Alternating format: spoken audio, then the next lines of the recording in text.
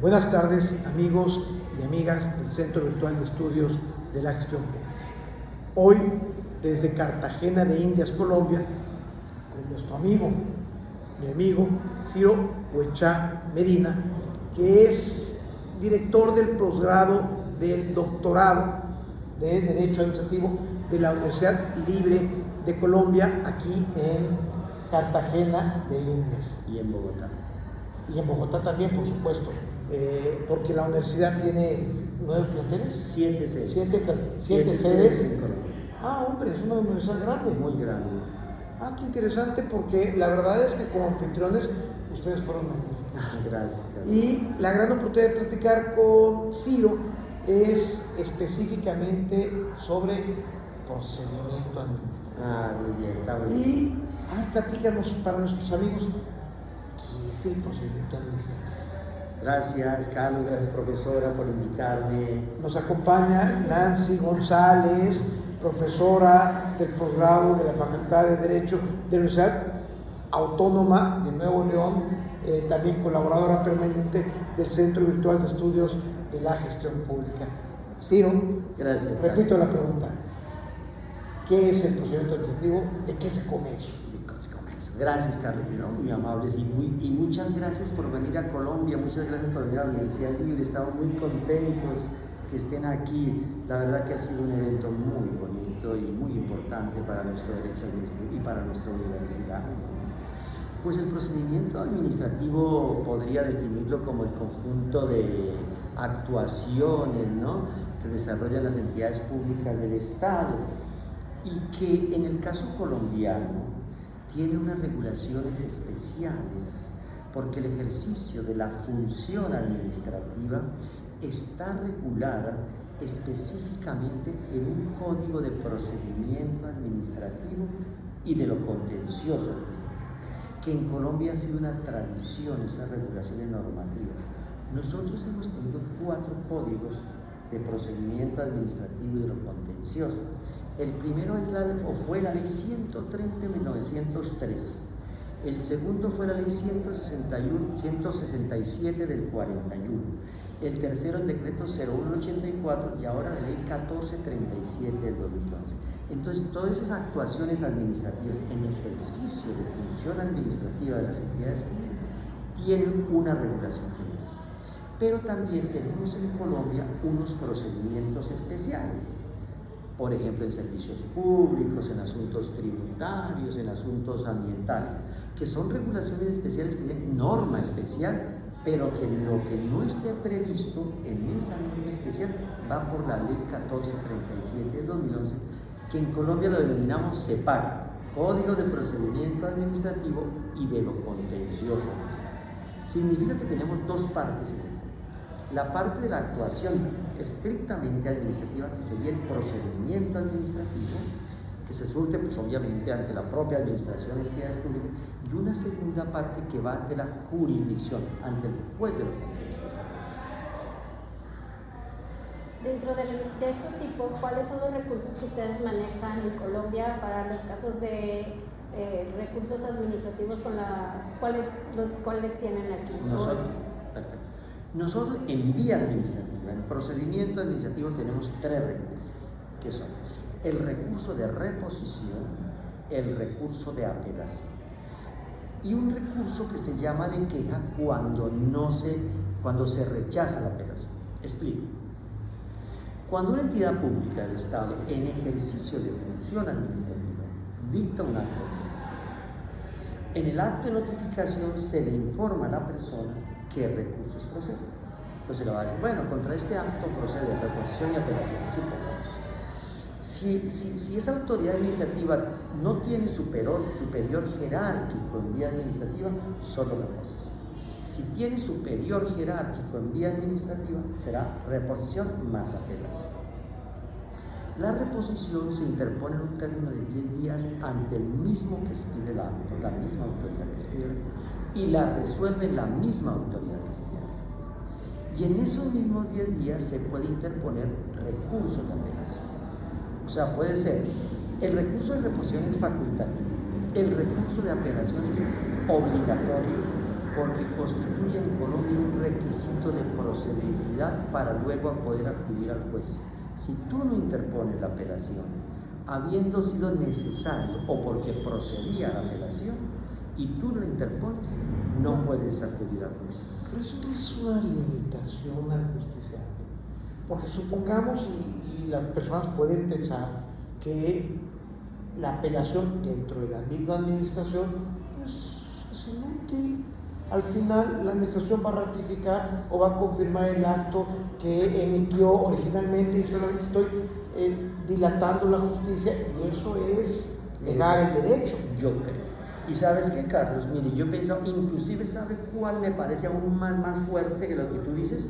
El de reposición, ¿no, Carlos? Porque es que el de reposición procede ante el mismo y la resuelve la misma autoridad. No, bueno, eso es una rogatoria.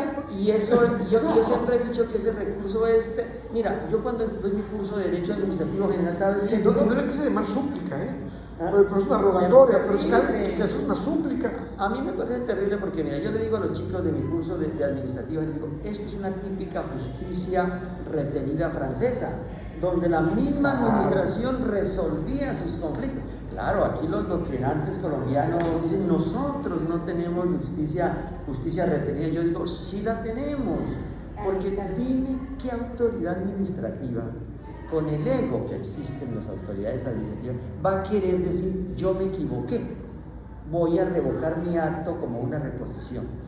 ¿Y cuál es la finalidad de ese medio, de ese recurso? En los recursos en Colombia, la norma expresamente dice cuál es el objeto y la finalidad, que son 4. Primero, revocar el acto, adicionar el acto, modificar el acto y aclarar el acto administrativo. Cuando uno interpone una reposición o una apelación, le debe decir a la autoridad administrativa, yo quiero que me revoques el acto, yo quiero que me aclares el acto, yo quiero que me lo adiciones el acto o quiero que me lo modifiques. Un ejemplo. Si a mí me aplica una sanción, una multa, digamos, una sanción sería multa, que es una sanción pecuniaria por alguna infracción. ¿Yo qué interpondría? En el acto de notificación me dice, contra este acto procede reposición y apelación, o solo procede reposición. Yo le puedo decir, oye, revócame la multa, o sea, quítame la multa. ¿La reposición también es obligatoria o facultativa? No, facultativa. Ya me estás preocupando. No, la reposición es facultativa y la apelación es obligatoria. Porque la apelación es un requisito de procedibilidad para la demanda contenciosa, para ir a la jurisdicción. Pero lo que me preocupó cuando tú lo explicaste es que entonces, si no procede apelación y solamente reposición, es facultativo. Si tú quieres la interpones, si no quieres, pero una vez vas al contencioso. Entonces, directo al contencioso. Directo al contencioso. Yo digo, si hay algo, yo siempre digo, si hay algo muy evidente que uno le pueda decir a la autoridad administrativa, oye, te equivocaste en esto. A ver si reconocen el error. Ajá. Inclusive a veces la administración le convendría que uno le interpusiera reposición para poder corregir sus errores, pero eso es facultativo. Yo puedo ir al juez directamente, pero cuando procede apelación, yo no puedo ir al juez directamente. En Colombia hay fundamentalmente entre otros, ¿no? Pero 2 requisitos de procedibilidad. La apelación cuando procede. Y también aquí nosotros, si vamos a instaurar nulidad y restablecimiento, o reparaciones directas, o controversias contractuales, debemos tramitar una conciliación prejudicial antes de ir al juez, a ver si el litigio se puede solucionar en vía mismo. ¿Qué hacemos? Vamos ante la Procuraduría General de la Nación, los procuradores delegados, y se tramita una conciliación prejudicial. ¿Cuál es la función de la conciliación? Tratar de arreglar el litigio antes de acudir al juez. O sea, hay el medio alternativo de solución de conflicto. Totalmente. De conciliación respecto a un acto de autoridad. Sí, cuando ese acto de autoridad, por regla general, implica o tiene efectos patrimoniales o afectaciones patrimoniales. ¿Hacia el particular? Hacia el particular. Ejemplo, bueno, tú trabajas en una entidad pública y te despiden ilegalmente, te retiran del servicio público ilegalmente. En Colombia hay unas acciones, medios de control, dirían los franceses, recursos contenciosos. ¿Cuáles son? Entre otros, para el caso de la doctora, sería la nulidad con restablecimiento. Yo pido la nulidad del acto que la retiró del servicio público. Pido el restablecimiento de su derecho, que la reintegren a su cargo, que la habían despedido injustamente, y que le paguen todo lo que ha dejado de percibir el tiempo que duró retirada del servicio.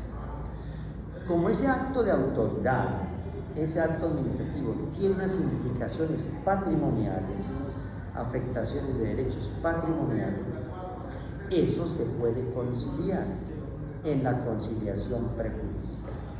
Y resolvemos el litigio ahí. Sí, pero a ver, en México no sé cómo lo manejan aquí. En México esa sería una relación de índole laboral que sí es conciliable. Sí. Y allá la jurisprudencia ha dicho que cuando el Estado actúa como patrón o parado patrón, el despido, por ejemplo, no es un acto de autoridad y por lo tanto eso sí es conciliable. ¿Habrá algo? No sé cómo lo manejan pero aquí lo manejamos aquí así. Y si es un acto de autoridad, entonces el despido. Pues en el fondo dicen que ejerce una potestad pública, pero de pronto ustedes relacionan. Sí.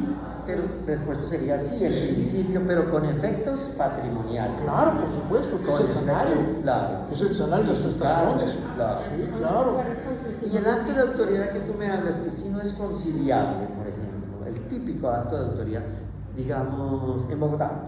El alcalde de Bogotá expide un acto general estableciendo el pico y placa, la restricción vehicular.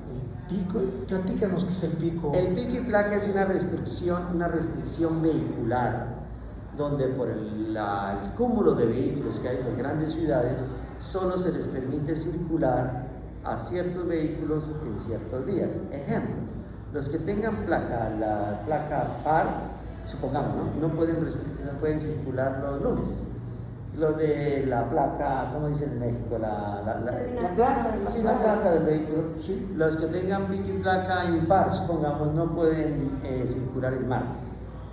¿Por qué? Porque hay mucha congestión, porque hay mucho problema de la circulación. Entonces, cuando emiten esas regulaciones de pico y placa En general, ese no es conciliable. Ese no es conciliable porque es un acto administrativo de carácter general, que es un típico ejercicio de autoridad del Estado, que no tiene efectos patrimoniales particulares, y que se controlan por un medio de control o acción o recurso contencioso que se llama simple nulidad. Ese no necesita requisito de procedibilidad de conciliación prejudicial ni de recursos, esos no tienen recursos. Ese tú lo puedes demandar directamente ante el contencioso y ese no es conciliable.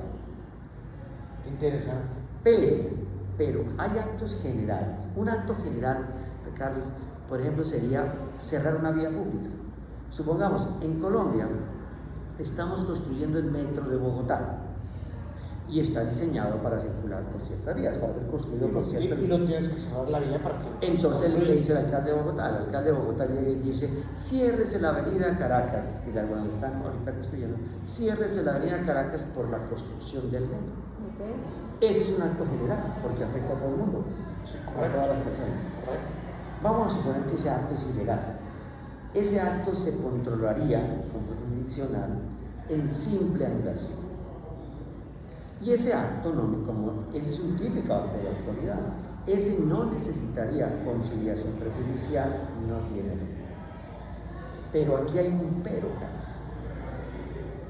Si ese acto general llegó a generar afectaciones particulares, por ejemplo, las personas que tenían sus negocios, sus comercios en esa vía, pues esas personas se pueden ver afectadas en su patrimonio. Claro. Y entonces ahí se miran dos cosas. ¿De dónde es la fuente de la afectación patrimonial de esa persona? De un acto administrativo, que fue el cierre de la vía. Entonces nosotros miramos que si ese acto es legal o ilegal. Si ese acto es ilegal, tenemos que demandar la nulidad de ese acto y la reparación o indemnización del daño de esa persona. Te das cuenta que cambia ahí la cosa, porque en principio, si yo no fuera a pedir reparaciones patrimoniales, yo simplemente demandaba la nulidad del acto si llega a ser ilegal, y lo hago en simple nulidad. Y en ese caso no tuvieran una mejoría, una contribución de mejoras, o sea que... Claro, reparan totalmente el daño, le indemnizan plenamente el daño Pero causado. ahí, sobre esa parte patrimonial, se acepta la conciliación. Entonces, ¿qué pasa? Para esos eventos tenemos dos acciones. La simple nulidad, si yo no fuera a pedir patrimoniales, indemnizaciones patrimoniales, simple anulación del acto. Pero si el acto es ilegal y voy a pedir indemnizaciones patrimoniales, yo ya lo demando en otro medio de control que se llama nulidad con restablecimiento. Y entonces pido la nulidad del acto y pido la reparación de todos los daños. Y ahí sí hay conciliación, porque entra a jugar la parte patrimonial. Pero hay una cosa, Carlos, que el acto puede ser legal. Puede que el alcalde de Bogotá haya cumplido todas las regulaciones normativas y sin embargo ese acto, siendo legal, afectó patrimonialmente a la doctora que tenía su comercio ahí. Entonces ya no se demanda la nulidad del acto porque el acto es legal. Okay. Hay un medio de control o una acción o recurso contencioso que se llama reparación directa, donde ya solamente demando no la nulidad del acto, porque el acto es legal, sino la reparación del daño de la persona. Sin que haya irregularidad alguna. Sin que haya irregularidad O alguna. la Y ahí entramos fundación. al mundo de responsabilidad de Estado, de la responsabilidad objetiva o sin falta. Porque en Colombia, en responsabilidad del Estado, tenemos dos grandes clases de responsabilidad. La subjetiva o con falta de la teoría francesa, que en el caso del acto sería cuando el acto es ilegal, porque si el acto es ilegal, la administración actuó irregularmente, ilegalmente, y sería una responsabilidad subjetiva. Y nosotros lo trabajamos como falla probada, porque yo tengo que probar que el acto es ilegal. Pero si el acto llega a ser legal, y sin embargo las personas se vieron afectadas en su patrimonio, yo ya no pido la nulidad del acto porque no es legal, no es ilegal. Entonces yo solo voy a ir al contencioso a que me reparen el daño causado en mi patrimonio. Pero la obra no es para un interés general y no deben de apoyar los que están dentro de esa área. Pero nosotros, esto es de remembranza francesa, Carlos. ¿Se acuerda la teoría del equilibrio frente a las cargas públicas? Claro. Todos tenemos una carga pública que es dejar hacer las obras públicas. Claro. Es obligatorio, con eso de que prima el interés general sobre el particular. Pero nosotros trabajamos el criterio, jurisprudencialmente, ordinariamente, de que esa carga es en igualdad de condiciones para todos. Pero las 100 personas, las 50 personas que tenían sus comercios ahí, pues ellos se vieron más afectados que los demás. Y entonces a ellos le estamos haciendo más gravosa la situación, porque ellos van a perder su negocio, su comercio, todo. Entonces decimos, se le rompió el equilibrio frente a la carga pública, todo el mundo se vio beneficiado y estos 3 o 4 se vieron perjudicados, el Estado lo repara. Okay. Qué interesante. ¿Y qué tan efectivos son estos recursos? Son estas defensas de particular muy efectivas. Mucho porque en Colombia, yo tengo una teoría en mi libro de responsabilidad que digo que el Estado siempre debe responder cuando falla, para mí.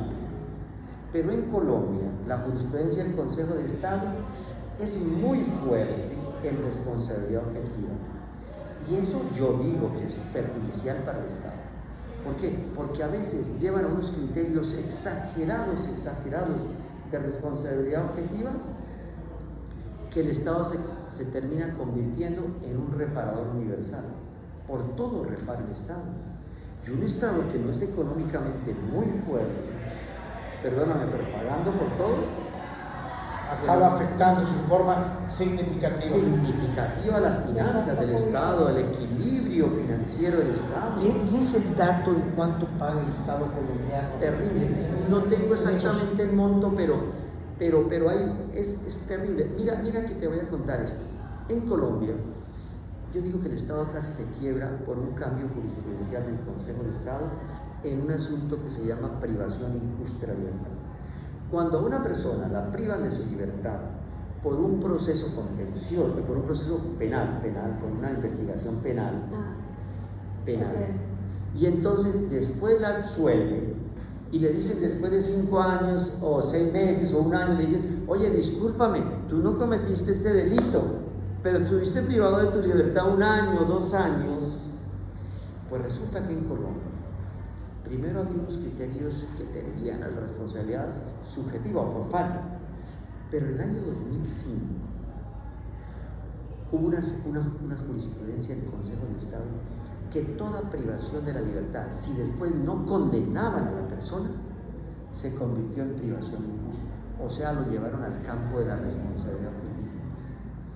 Pues, oye, el Estado terminó endeudándose como en 30 billones de pesos. O sea, una cosa terrible. Y el problema es este, Carlos, que si sale una sentencia de la contencioso y queda en firme la sentencia y el Estado no la cumple, no la paga, empieza a ganar intereses. ¿Qué le pasó al Estado con ese cambio jurisprudencial? Pues que el Estado no estuvo en capacidad de pagar todas las sentencias. Y entonces empezó a crecer intereses. Las sentencias se duplicaban, se triplicaban. ¿Conciliaron? ¿O cuál fue la solución? No, pues la solución no ha habido, porque el Estado sigue. Una de las soluciones como política pública que hablábamos esta mañana, yo creo que fue una política pública del Consejo de Estado del gobierno, donde cambiaron el criterio jurisprudencial y ahora ya están abandonando esa típica responsabilidad objetiva y están analizando cada caso en particular y están mirando responsabilidad subjetiva y una eximente de responsabilidad que trabajan mucho, que es la culpa exclusiva de la víctima. Le dicen a la víctima, tú fuiste la que generaste la privación por X o Y circunstancia, entonces no hay privación injusta y se exonera al Estado. Pero esa responsabilidad objetiva que duró más o menos, Carlos, profesora, del 2005 por ahí al 2016, 17, en el 18 hubo una unificación jurisprudencial, pues llevó al Estado a que el pasivo por el pago de esas sentencias se quintuplicara, creció muchísimo. El Estado ha ido pagando, pero ha pagado muchísimo más. ¿Y qué surgió en Colombia? En Colombia surgieron unos fondos de inversión extranjera que llegan y compran las sentencias y tú le cedes el derecho en la sentencia. Entonces, por ejemplo, tú tienes un caso que vale 1,000 pesos. 1,000 pesos. En Colombia sería, en México serían 1,000 pesos. Aquí podemos decir 100 millones, 500 millones por el peso. Vamos a decir, vale $500,000. Viene esa empresa y te dice a ti, te compro esa sentencia. Y te doy el 10% del valor. O descuentan un 10, descuentan un porcentaje. Y ellos no les interesa que les paguen rápido, sino que siga creciendo la obligación. Claro, porque son inversiones extranjeras. Y proliferó en Colombia, sobre todo en la época de la pandemia y la restricción. Te voy a confesar, muchos de los abogados que trabajamos en administrativo, ¿qué hicimos? Vendimos las sentencias, oye. Y entonces nosotros decíamos, y proliferan, y ellas compiten. Entonces, yo te ofrezco más. ¿Y qué hicieron los abogados? ¿Cobraban mientras? Pues cobramos mientras estábamos en la crisis de la pandemia, descontamos por ahí un 10%, y ellos se ganan ese 10%, pero siguen ganando los intereses mientras el Estado les paga. Pero esa es la parte del procedimiento administrativo no contencioso. Esta parte ya es el contencioso, pero en el no contencioso, pues no funciona, no ha operado tanto esto. ¿Por qué? Porque no ha habido sentencias, pero no compran mucho. Interesante. Ahora, la parte contenciosa, ustedes lo llevan a un tribunal administrativo que depende de quién, o cómo está organizado estos tribunales administrativos. El contencioso administrativo, ¿quién lo sustancia? ¿Quién lo resuelve? Entonces la cuestión es esta. Todo con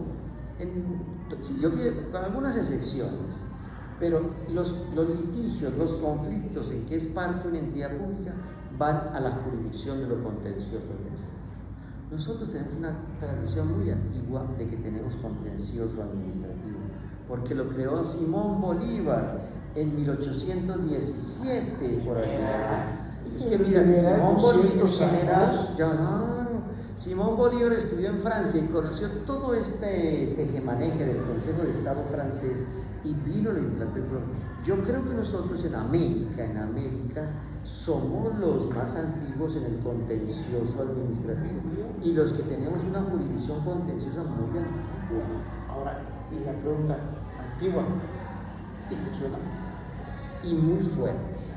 O sea, sí es un buen efectivo control a la actuación ilícita de la administración. Sí, y pues con los problemas obvios, pero te voy a decir esto. Nosotros en Colombia tenemos una jurisdicción ordinaria que sería la jurisdicción civil o judicial, que se llama, y la jurisdicción de lo contencioso. Es muy fuerte. Nosotros llamamos jurisdicción de lo contencioso administrativo. Tenemos jueces administrativos distintos de los civiles de lo ordinario, tribunales administrativos y consejo de Estado. Ahora, esos tres tribunales, tres órganos, de la jurisdicción, ¿de quién depende? ¿De qué poder? Es la rama judicial. La rama judicial en Colombia se compone por la jurisdicción privada o civil, la jurisdicción contencioso administrativa y unas jurisdicciones especiales. También está involucrado lo penal, ahí está la Fiscalía General. No depende de nadie. No depende del Ejecutivo, no. Es una rama independiente, como es independiente de la Corte Suprema de Justicia, el Tribunal Constitucional. Nosotros tenemos como máximo órgano del contencioso administrativo el Consejo de Estado. Es una jurisdicción totalmente independiente. No depende del Ejecutivo, de la rama ejecutiva. Por eso es efectiva, muy efectiva, digo yo. ¿Y cuál es la función del Consejo del Estado? Que dice que es un órgano superior al tribunal. Sí. El Consejo de Estado tiene como dos funciones. ¿Por qué? Porque tiene función jurisdiccional y función consultiva. Entonces nosotros las competencias, depende de la cuantía de un caso, puede ir en primera instancia a un juez administrativo y en segunda iría al tribunal administrativo. Si la cuantía es muy fuerte, más alta, depende del caso, por ejemplo, en reparaciones directas, responsabilidad del Estado que les hablé, si supera los 1.000 salarios, el salario mínimo en Colombia está en 1.300.000 pesos, 1.000 salarios serían como 130 millones de pesos. Sí, pasos. Entonces, si un caso supera eso, supera los 1.000 salarios, la primera instancia estaría en el tribunal contencioso y la segunda en el Consejo de Estado. O sea, es un tribunal de casación. Pero no tenemos el recurso en estricto sentido de casación, pero sí es un tribunal de alzada en algunos asuntos. En algunos asuntos es un juez de legalidad, es juez de legalidad nomás. Y en algunos asuntos sí es tribunal de alzada, porque reconoce recurso de apelación. Nosotros no tenemos recurso de casación en el Consejo de Estado. Hay un recurso extraordinario que es parecido. Pero sí de apelación. De apelación. A ver, para nuestros amigos de la red, porque estamos hablando en mandarín, ¿cuál es la diferencia entre la casación y la apelación? Para que ellos puedan identificar. En Colombia. Sí, porque porque en muchos lugares se manejan como sinónimos. Nosotros nada más tenemos apelación. Nosotros, mira, en la jurisdicción civil ordinaria tenemos reposición, apelación y casación. En lo civil, la casación es un recurso donde se unifica la jurisprudencia, pero en civil, pero en contencioso no tenemos casación. Tenemos solo reposición y apelación. Y el Consejo de Estado es un tribunal de apelación. Ahora, pero dices que hace actividades consultivas. Sí, esa es otra, pero te aclaro otra cosa. Pero hay un recurso extraordinario, especial, que se llama recurso de unificación de jurisprudencia. Ahí de una u otra forma algo sería como la casación que en otros países permiten. Pregunta, ¿qué jurisprudencia unifica? ¿De quién? De ellos. ¿Quién hace de ellos mismos? El Tribunal Contencioso no hace jurisprudencia. Ole. No, mira, en Colombia, por regla general, la jurisprudencia y las unificaciones jurisprudenciales las hacen las altas cortes. Para nosotros, en el contencioso, el Consejo de Estado. Por ejemplo, lo que te contaba, el Consejo de Estado unificó su jurisprudencia en privación injusta de libertad. Entonces, él establece una unificación de jurisprudencia y los jueces de inferior categoría en principio tienen que respetarla, pero en principio, porque ellos se pueden apartar si lo justifican. A ver, entonces, unificación para ustedes es jurisprudencia obligatoria. Sí, señor. Sí, es que te digo cuál es la confusión para nosotros. Es que en México hay los tribunales colegiados emiten jurisprudencia obligatoria, unificada. Luego hay plenos regionales que resuelven las contradicciones de esa jurisprudencia obligatoria. Y después viene la Suprema Corte de Justicia que unifica o supera contradicciones de los plenos regionales. Entonces, cuando tú ves esa unificación, yo estaba pensando que es un proceso de eliminar contradicciones. Unificación para ustedes es jurisprudencia obligatoria. Aquí arriba. Que cae del Consejo hacia todos los órganos profesionales. Sí. Y nosotros nada más tenemos lo que es el Tribunal de Justicia Administrativa y cuando es de grandes cantidades se va a la Suprema Corte. Pero no solamente eso. Nosotros tenemos este proceso vía tribunales colegiados. Pero es de la jurisprudencia, pero cuando es la cuantía se va por relevancia, a la Suprema Corte de Justicia. Nosotros también tenemos unos casos que van directamente al Consejo de Estado, algunos, por ejemplo, asuntos electorales, cuando se demanda la elección de un senador. Es que ustedes no tienen juicio de amparo, o sí tienen juicio de amparo. Sí, claro. Pero nosotros le llamamos tutela. ¿Pero ante quién? Todos los jueces en Colombia sí son competentes. A través del juicio de amparo que ustedes llaman, y nosotros llamamos tutela, protegemos derechos fundamentales. ¿Sí? Pero te refieres a cualquier juez sí. De cualquier materia. Sí. Se puede convertir en un juez tutelador de derechos humanos. Y derechos fundamentales. Es correcto. Sí, es correcto. O sea, no hay un juez que se dedica solamente a la tutela, no hay un juez que se dedica a la legalidad, sino cualquier juez puede tutelar. Sí. Por ejemplo, hay unos criterios de competencia, ¿no? Sí, por supuesto, pero en principio eso es la... Pero en principio, supongamos, el municipio más pequeño, hay un juez promiscuo municipal y hay jueces del circuito, pero ese juez puede ser un juez de tutela, un tribunal puede ser un juez de tutela, el Consejo de Estado puede ser juez de tutela, o sea, todos pueden ser juez de tutela. No hay unos jueces especiales de amparo o tutela. Sí. No. Sí, o sea, sí existe el juez de amparo, pero es cualquier juez. Es interesante.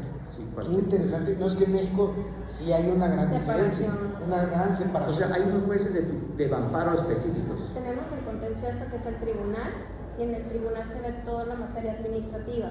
Pero si nosotros nos vamos a derechos fundamentales, que es como lo denominan ustedes, nosotros nos vamos al juicio de amparo, que no es el tribunal y es el Poder Judicial, y ahí es donde están los jueces especiales.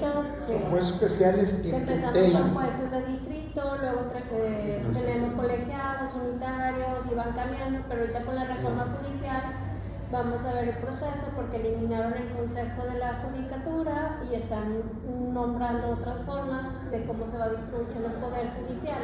Pero tenemos la diferencia del contencioso en muchos estados el contencioso no depende del Poder Ejecutivo, sino su fundamento constitucional viene dentro del Poder Legislativo y es un órgano autónomo con sentencias técnicas. Es que tenemos una gran diferencia y yo creo que empieza con la forma de régimen o forma de Estado. Claro. Ustedes siguen siendo un Estado, son un Estado unitario, ¿no? Descentralizado pero unitario. Descentralizado unitario, lo que llamaríamos un Estado regional. Sí, con limitaciones a esa centralización tan rígida. Sí, claro. Pero ¿sabes qué, Carlos? Nosotros en Colombia, la rama jurisdiccional, el poder jurisdiccional, independiente del Ejecutivo. El presidente y el ejecutivo no incide en la elección de los magistrados del Consejo de Estado, porque ellos eligen por cooptación. A ver, platícanos lo de cooptación. ¿Qué quiere decir con cooptación? Porque cooptar en nuestro lenguaje en México es identificarte políticamente con alguien para que se integre a tu grupo. Eso será cooptar. A ver, ¿cómo es eso? Por ejemplo, el Consejo de Estado se elige. Hay una vacante. A los consejeros los nombran por 8 años. Hay una vacante. Una vacante. El Consejo Superior de la Judicatura abre una convocatoria. El Consejo Superior es el órgano administrativo de la rama jurisdiccional. Es el similar al Consejo de la Judicatura nuestro. Ellos abren una convocatoria. Que era. ¿Y va a haber otro? Es un órgano administrativo. Le quitan el nombre, todavía no sabemos cómo va a quedar. Pero va a haber un órgano que administre la rama. Exacto.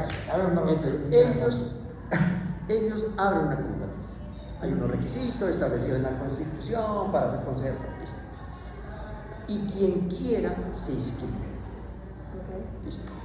Por ejemplo, hay vacantes que tienen 100 personas, 150, tal. Ese Consejo de Estado verifica los requisitos, ese Consejo Superior verifica los requisitos y si todo el mundo cumple, bueno, los habilita. Después hace unas entrevistas y hace como un filtro y preclasifica, por decir algo, 30. Y después hace otras entrevistas y precalifica y deja 10. Hay un proceso de mérito más que en principio, sí. Y luego eso lo envía, los 10 de la lista final los envía al Consejo de Estado. Y el Consejo de Estado, de esos 10, también hay entrevistas con los magistrados, presentación en sala plena, pues en teoría, en principio, hay la meritocracia. En principio. Es por mérito, pero no hay examen. No hay examen. Pero ese mérito, yo te voy a decir la verdad, es entre comillas. No, ya lo entiendo. Todo, entre comillas. Ya lo entiendo. Tú lo sabes. Sí. Y de esos 10, el propio Consejo de Estado delibera y elige en una sala plena por votación. Quedó elegido Pedro Pérez como consejero. El presidente en la rama legislativa no incide, al menos en el contencioso. En otras sí, pero en este nada, cero. ¿Y lo ratifica el nombramiento o cuál es para tener la competencia? Le dan el nombramiento, o sea, el mismo órgano, el mismo Consejo de Estado elige de una lista que le da el órgano administrativo. Así es. Y lo único que se hace es posesionarse ante el presidente de la República, pero es simplemente el acto de posesión, de la firma del acto. ¿Y la posesión sería el nombramiento? No, la toma de protesta. Se toma la protesta, se lleva a respetar la Constitución, se lleva a actuar. Sí, lo único la juramentación. Sino que el pueblo lo reclame. Sí, pero el presidente no incide. Y te digo una cosa, ahí sí digo que el Consejo de Estado ha sido muy celoso, porque yo estaba en varios procesos, ahorita estoy en uno de esos, y el Consejo de Estado, la verdad que ha sido muy celoso en no dejar involucrar al legislativo ni al ejecutivo. Ha sido muy celoso. No he visto mucho que un senador de la República intervenga y que él pueda incidir y pedir una vacante. No. Y no he visto, y he estado mucho tiempo cerca del Consejo de Estado, que el presidente diga, cosa distinta ocurre en la Corte Constitucional, porque ahí sí la elige el Senado, porque es un órgano político, más político. Pero nosotros en el contencioso no. Estamos hablando de la parte administrativa, porque además hay una Corte Constitucional que tiene otra función, que es la guarda de la Constitución, y tenemos una Corte Suprema de Justicia, que es la jurisdicción, dirían, civil o ordinaria o judicial, digamos así. Y en eso también interviene el Ejecutivo y el Legislativo en el proceso de nombramiento mediante propuesta de ratificación, me imagino. En la Constitucional sí juega algo el Ejecutivo y obviamente nombra el Senado, pero en la Suprema de Justicia es idéntico al Consejo de Estado, en la Suprema de Justicia. Cuando se trata de, otra vez, la parte propiamente jurisdiccional Propiamente. de lo privado. Llamémoslo privado, aunque también está lo penal ahí. Sí, totalmente.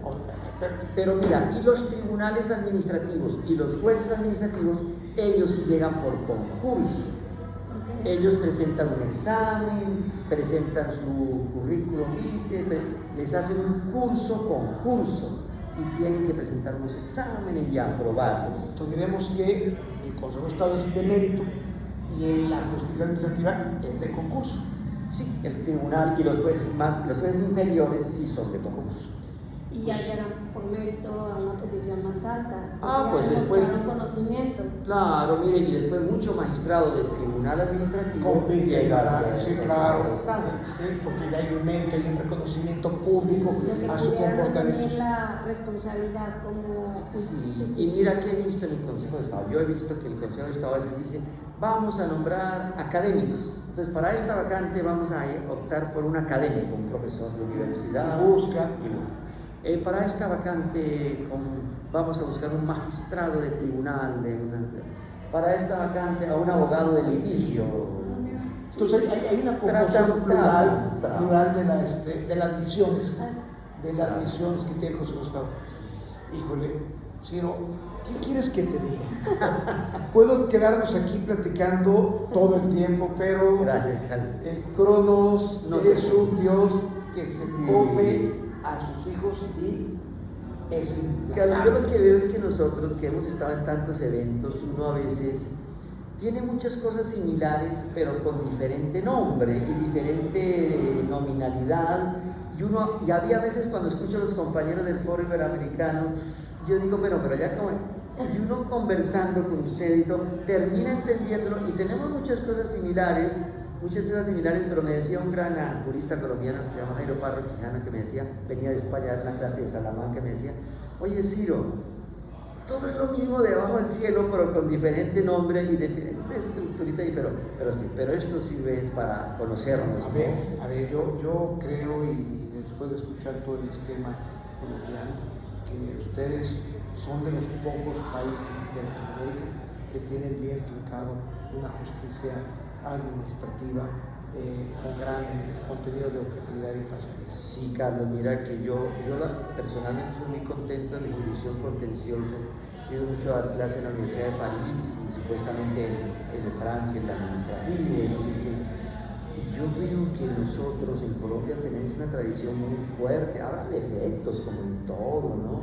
Pero al menos tenemos nuestra jurisdicción contenciosa independiente, no dependemos del legislativo, del ejecutivo, de las otras ramas. Eso me parece muy interesante. Yo nada más, para no desprestigiar a los demás órganos de justicia administrativa de Iberoamérica, lo que se hay que destacar que independientemente que puede haber tribunales administrativos tan imparciales y tan profesionales y objetivos en cualquier parte de Iberoamérica, Claro.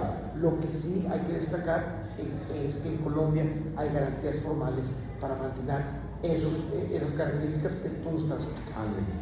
Bueno, pues no sé qué quieres agregar, Nelly, por favor. Muchísimas gracias por esta intervención. Un placer, doctor Matute, estar dentro de esta entrevista. Muchas gracias. Muchas gracias, yo lo de Carlos, mi cariño y afecto, ¿no?